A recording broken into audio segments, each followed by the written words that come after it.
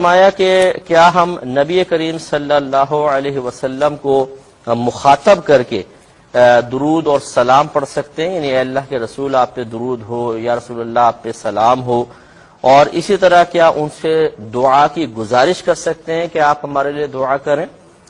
دیکھیں یہاں دو چیزیں ہیں، ایک تو آپ یہ کہ آپ روضہ رسول پہ کھڑے ہوئے ہیں، سنہری جالیوں کے پاس کھڑے ہوئے ہیں، تو اس میں کسی کا اختلاف نہیں ہے، یہ چند ایک کے ماں سوا کسی کا بھی اختلاف نہیں ہے کہ وہاں پر آپ یا کے صیغے کے ساتھ نہ صرف سرکار صلی اللہ علیہ وسلم کو مخاطب کر سکتے ہیں بلکہ آپ دعا کی گزارش بھی کر سکتے ہیں۔ الصلاۃ والسلام علیک یا رسول اللہ آپ کہہ سکتے ہیں، یا رسول اللہ کرم کیجئے، اللہ تعالیٰ کی بارگاہ میں ہمارے لیے دعا کر دیجئے کہ اللہ تعالیٰ ہمیں یہ عطا فرما دے، تو دعا کی گزارش بھی آپ کر سکتے ہیں۔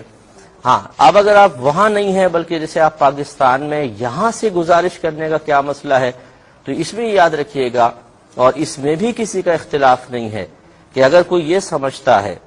کہ میں یہاں سے نبی کریم صلی اللہ علیہ وسلم کو مخاطب کروں گا،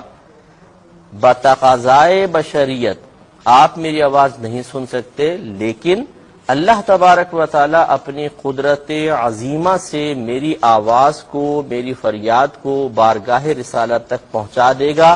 تو اس عقیدے میں کوئی اختلاف نہیں ہے کہ یہ بھی صحیح ہے۔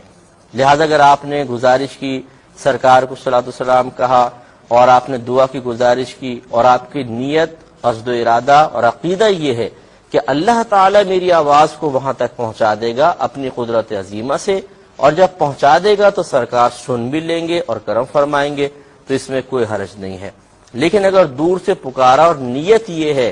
یا عقیدہ یہ ہے کہ اللہ تعالیٰ کے پہنچائے بغیر از خود نبی کریم صلی اللہ علیہ وسلم سن لیتے ہیں، تو اس میں شرک اور کفر کا بالکل شبہ ہے کہ کوئی بھی مخلوق بغیر اللہ تعالیٰ کی عطا کے دو قدم کی آواز نہیں سن سکتی ہے، چاہے جائے کہ لاکھوں میل دور کی آواز سن لی جائے۔ بس اللہ تعالیٰ کی ذات پر، اس کی صفات پر، اس کی قدرت عظیمہ پر یقین رکھتے ہوئے اگر کوئی یہ سوچے کہ میری آواز سرکار تک اللہ تعالیٰ اپنی قدرت عظیمہ سے پہنچا دے گا،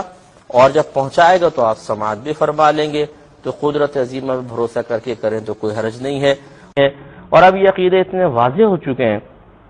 پہلے دور میں اس پہ بڑے اعتراضات تھے، لیکن آج دیکھیں موبائل اور انٹرنیٹ کی ایجاد نے تمام اعتراضات کو ختم کر دیا۔ آج مخلوق کی ایجاد کردہ چند ڈیوائسز جو یقیناً فاعل حقیقی اللہ تعالیٰ ہے، مخلوق تو ایک سبب ہے درمیان میں، لیکن اللہ تعالیٰ نے گویا کہ ان ایجادات کے ساتھ جو ہمارے اکابرین کے عقائد تھے ان کی توثیق فرما دی ہے کہ ہزاروں میل دور بیٹھ کر ایک آدمی فوراً ایک آواز کو سن سکتا ہے، لیکن اللہ تعالیٰ کی عطا سے۔ تو یہ نبی کریم کے لیے ماننے میں کوئی حرج نہیں۔